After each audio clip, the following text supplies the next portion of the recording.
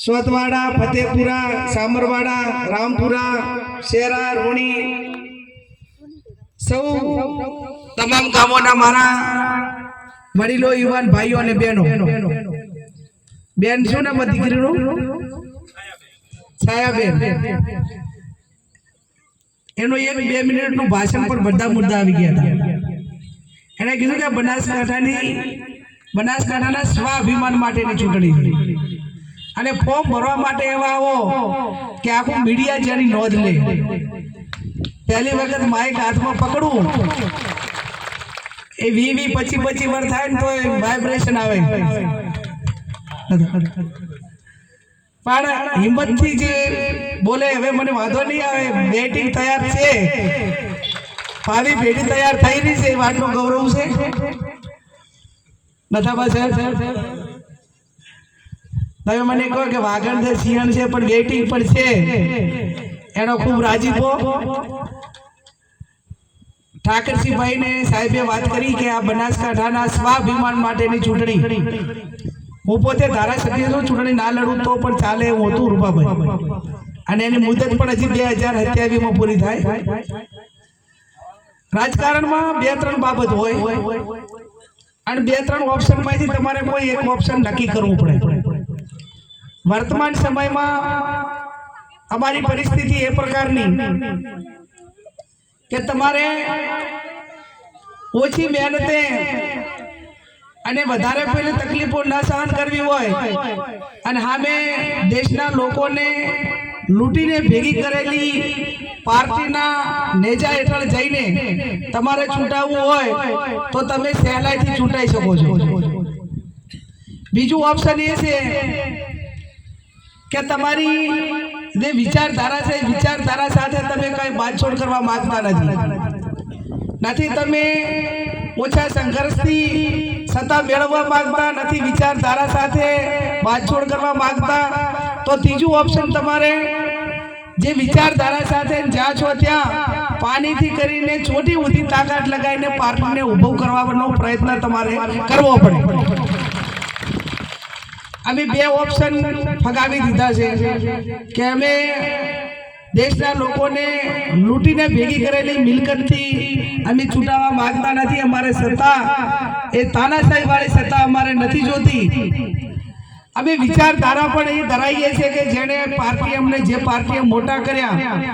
આ સ્ટેજ સુધી પહોંચાડ્યા એની સાથે અમે કોઈ વિશ્વાસઘાત કરવા માંગતા નથી ત્રીજું ઓપ્શન અમારું એ છે કે જ્યાં છીએ ત્યાં લોકોનો સહકાર મેળવીશું 500 રૂપિયા ઉઘરાવીશું પણ પાણીથી છોટી ઊંધી તાકાત ઊભી કરીને લોકોએ જે ભરોસો મૂક્યો એને પૂરેપૂરો ટકાવી રાખીશું ચૂંટણી રાજકારણ આ બધું એક ચડાવ ઉતારનો ભાગ તમે કોઈકને મદદ કરો તો તમને કરે પણ હું એટલું ચોક્કસ કહું છું કે આ બનાસકાંઠા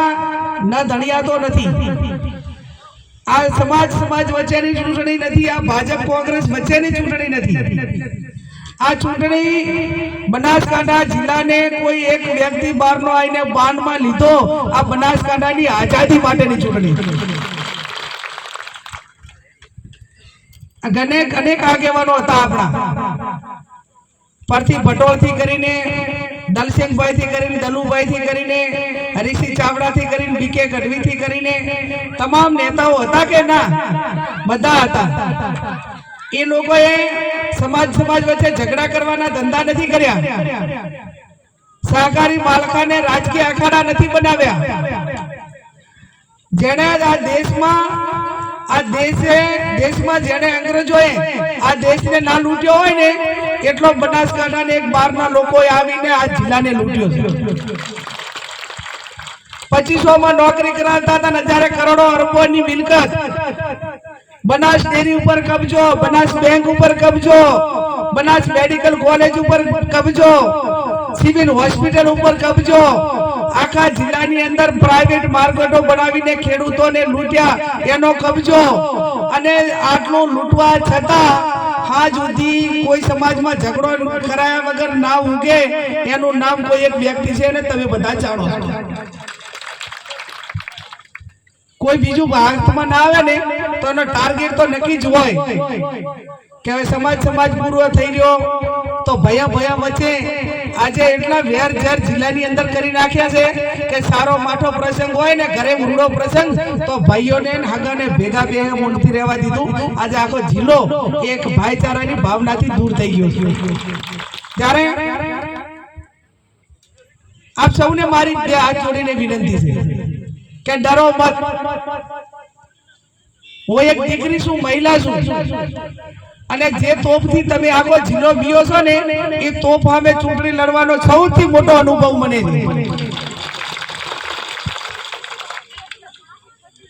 જે બહુ બહાર દેખાવ હોય ને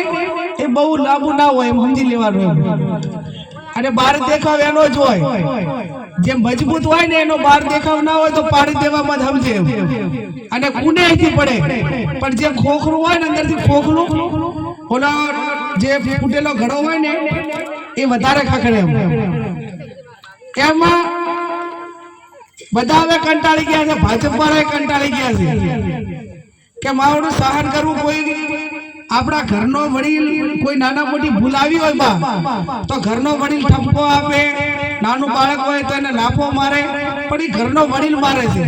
પણ આ બહારના આવીને કાયમ સોંટી ભરે લાફો મારે ને એક દાડો સહન થાય, પણ વારંવાર સહન ના થાય. ત્યારે આપ સૌને મારી બે હાથ જોડીને વિનંતી, આજે આપણું આ શેષ નેતૃત્વ બધું બેઠું છે. હું તમને એટલી ચોક્કસ ખાતરી આપું છું કે અમે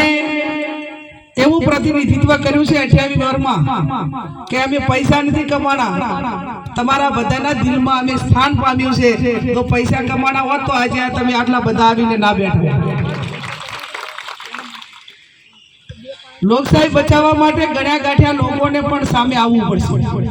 અને સામે મજબૂતાઈથી આવવું પડશે. એટલા માટે કે આજે ભરોસો મૂકવો તો કોના ઉપર મૂકવો. ત્યારે